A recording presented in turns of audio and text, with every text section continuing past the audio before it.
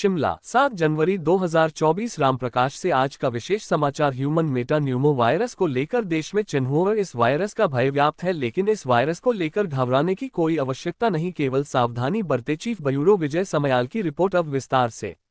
सर्वविदित है कि करीब 5 साल पहले वुहान से शुरू हुए कोरोना वायरस ने पूरी दुनिया में तबाही मचाई थी। इस वायरस ने पूरी दुनिया को लॉक और डाउन कर दिया था।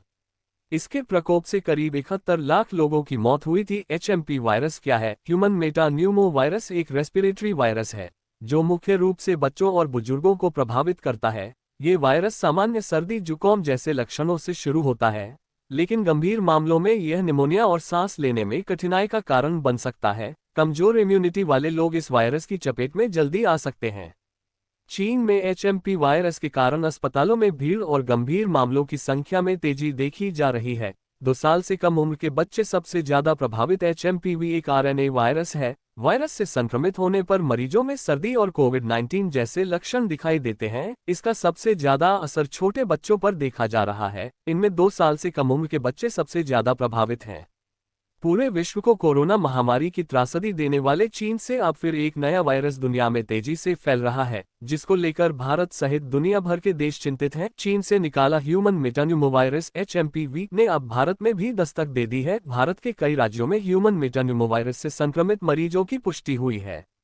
ऐसे में बीते दिनों केंद्रीय स्वास्थ्य मंत्री जेपी नड्डा ने सभी राज्यों के स्वास्थ्य सचिवों की बैठक की थी और राज्यों को सतर्कता बरतने और तैयार रहने के निर्देश दिए। वहीं हिमाचल प्रदेश के स्वास्थ्य सचिव ने भी सभी अस्पतालों को अलर्ट मोड पर रहने के निर्देश दिए हैं।